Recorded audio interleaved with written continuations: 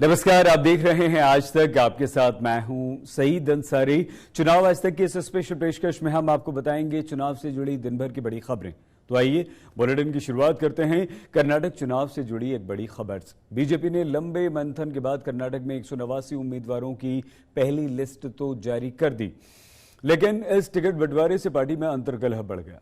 BJP से बोम्मई येदियुरप्पा के बेटे विजयेंद्र समेत कई बड़े नेताओं को टिकट मिले, लेकिन कुछ नाम ऐसे भी थे जो लिस्ट में मौजूद नहीं थे। कर्नाटक विधानसभा चुनाव में टिकट न मिलने पर राज्य के पूर्व डिप्टी सीएम लक्ष्मण सवादी ने पार्टी की प्राथमिक सदस्यता से इस्तीफा दे दिया।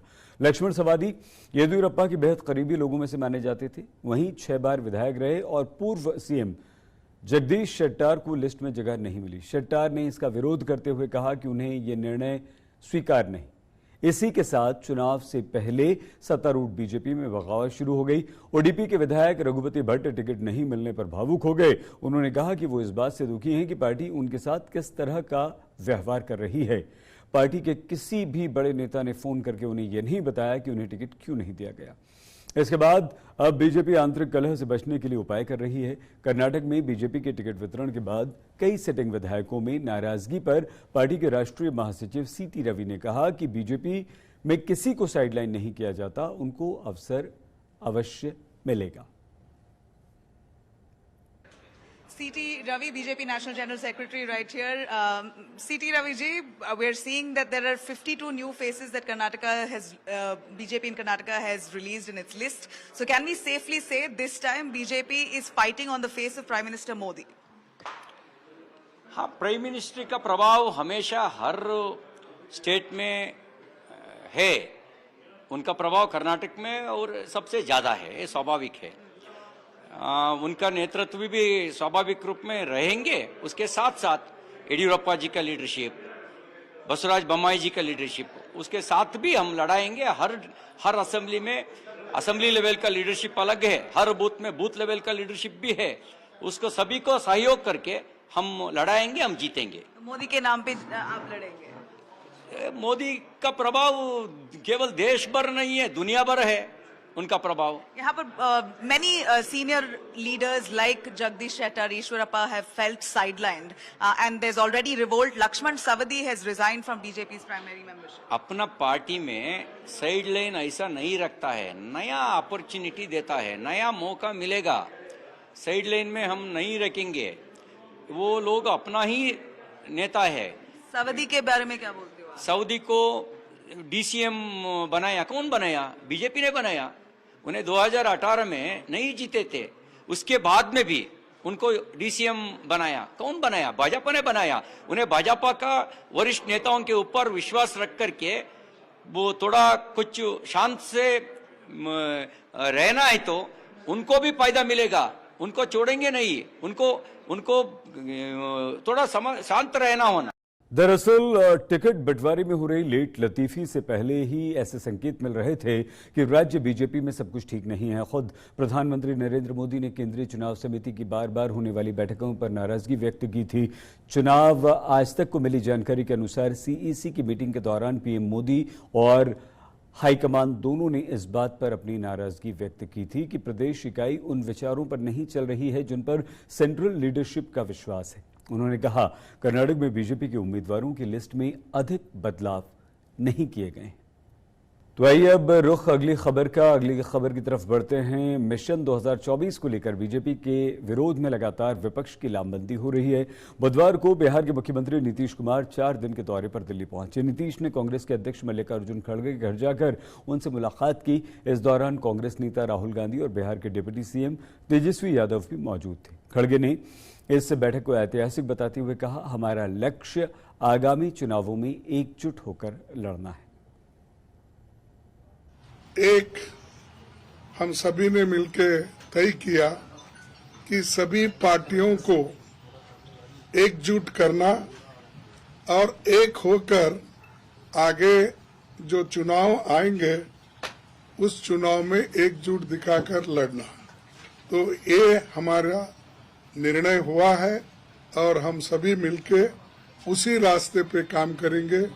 और नीतीश जी, राहुल साहब, तेजस्वी जी और लल्लन सिंह जी सभी हमारे जो नेतागण यहाँ बैठे हैं उसी लाइन पे हम काम करेंगे और हम पूरा इसमें यश साधने की पूरी कोशिश कर रहे हैं।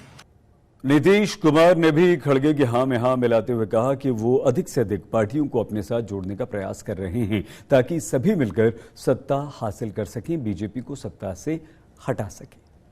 तो इन्होंने जानकारी दे ही दी है कि अधिक से अधिक पार्टियों को पूरे देश में एकजुट करने का प्रयास करें और उसके लिए हम लोग अपना कोशिश करेंगे। सब लोग एग्री करेंगे, वो सब लोग बैठेंगे और एक साथ हम लोग आगे का काम करेंगे, मिल करके चलेंगे। ये बात तय हो गई है और इन सब चीज़ों को लेकर के ये भी कई लोगों से बातचीत हुई है, हम लोगों की बातचीत। हम लोग फिर एक बार आज जो बात हो गई है, अंतिम तौर पर बात हो गई है, अब उसी के आधार पर फिर हम लोग कर लेंगे और जितने लोग एग्री करेंगे तो सब लोगों को फिर हम लोग बैठ करके आपस में आगे का निर्णय तय करेंगे। अभी कितने विपक्षी पार्टी एक साथ एक मंच पे आप जिस दिन बैठेंगे ना एक साथ, उस दिन जानिएगा बहुत ज्यादा लोग इकट्ठा होंगे। 2024 लोकसभा चुनाव से पहले नीतीश कुमार का दिल्ली दौरा काफी महत्वपूर्ण माना जा रहा है। बताया जा रहा है कि नीतीश कुमार दिल्ली दौरे पर कई विपक्षी नेताओं से मिलेंगे। दरअसल नीतीश कुमार शुरू से विपक्षी एकता की बात करते रहे हैं। विपक्षी एकता की नीतीश की पहल को कांग्रेस भी जरूरी मानती है और इसके लिए कांग्रेस अब यूपीए को मजबूत करने की योजना बना रही है। कयास लगाए जा रहे हैं कि कांग्रेस नीतीश कुमार को यूपीए का चेयरमैन बनाने पर भी विचार कर रही है। आगे बढ़ते हैं। चुनावी वर्ष में राजस्थान के पूर्व डिप्टी सीएम और कांग्रेस नेता सचिन पायलट ने आर पार की लड़ाई शुरू कर दी। मंगलवार को राजस्थान की पूर्व सीएम वसुंधरा राजे के शासन में हुए कथित घोटालों की जांच की मांग को लेकर अनशन के बाद सचिन पायलट ने दिल्ली का रुख किया। माना जा रहा है कि राजस्थान के लिए खड़गे की दो तरफा रणनीति है। खड़गे ने पायलट को राष्ट्रीय राजनीति में एक मजबूत भूमिका में दिल्ली आने का प्रस्ताव दिया, लेकिन सचिन पायलट के मन में अभी क्या चल रहा है ये साफ अभी नहीं हो पा रहा।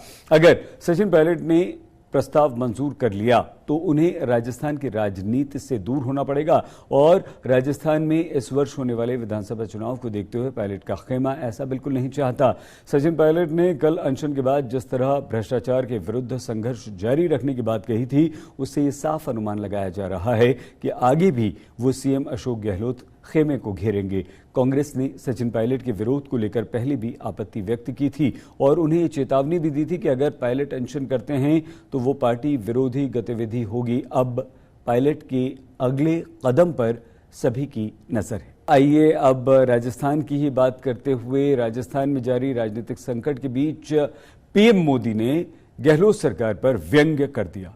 प्रधानमंत्री ने वंदे भारत ट्रेन के शुभारंभ समारोह को वर्चुअली संबोधित करते हुए अशोक गहलोत पर चुटकी ले ली। सुनिए।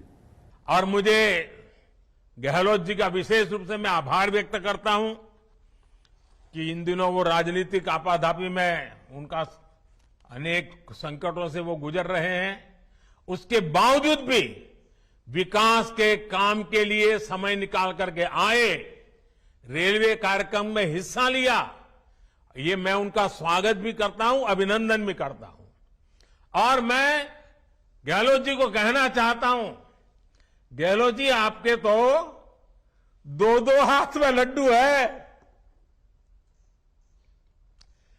आपके रेल मंत्री राजस्थान के हैं और रेलवे बोर्ड के चेयरमैन भी राजस्थान के हैं, तो आपको तो दो दो हाथ में लड्डू है। और दूसरा, जो काम आजादी के तुरंत बाद होना चाहिए था अब तक नहीं हो पाया, लेकिन आपका मुझ पर इतना भरोसा है, इतना भरोसा है कि आज वो काम भी आपने मेरे सामने रखे हैं। आपका ये विश्वास, यही मेरी मित्रता की अच्छी ताकत है और एक मित्र के नाते आप जो भरोसा रखते हैं, इसके लिए मैं आपका बहुत आभार व्यक्त करता हूं। सीएम गहलोत ने पीएम मोदी के इस बयान पर तीखी प्रतिक्रिया देते हुए ट्वीट किया कि पीएम का भाषण आगामी चुनावों को देखते हुए दिया गया और ये बीजेपी का चुनावी एजेंडा है। गहलोत ने कहा कि उनका मानना है ऐसी टिप्पणियां देशवासियों के गले नहीं उतरेंगी। अगली खबर। आम आदमी पार्टी को राष्ट्रीय पार्टी का दर्जा मिलने के बाद बीजेपी ने भ्रष्टाचार के मुद्दे को लेकर आप के विरुद्ध प्रदर्शन किया। बीजेपी का कहना है कि भले ही इतने कम समय में आप राष्ट्रीय पार्टी बन गई हो, लेकिन इतने कम समय में ही उसने भ्रष्टाचार के सभी रिकॉर्ड्स भी तोड़ दिए। बीजेपी इस प्रदर्शन के बहाने दिल्ली की 7 लोकसभा सीटों पर अपनी सत्ता बरकरार रखने के प्रयास में जुटी हुई है।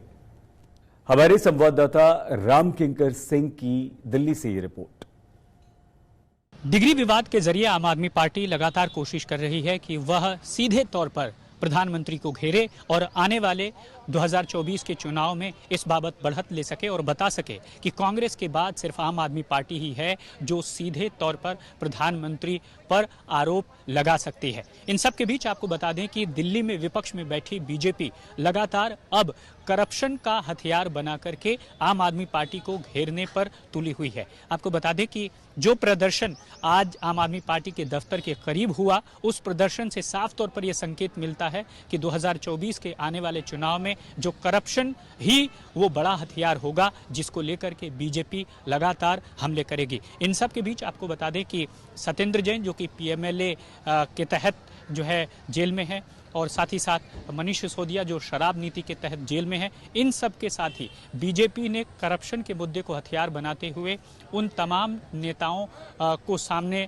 लाया और साथ ही साथ उनके नामों को गिना रहे हैं जो कि विवादों में रहे हैं।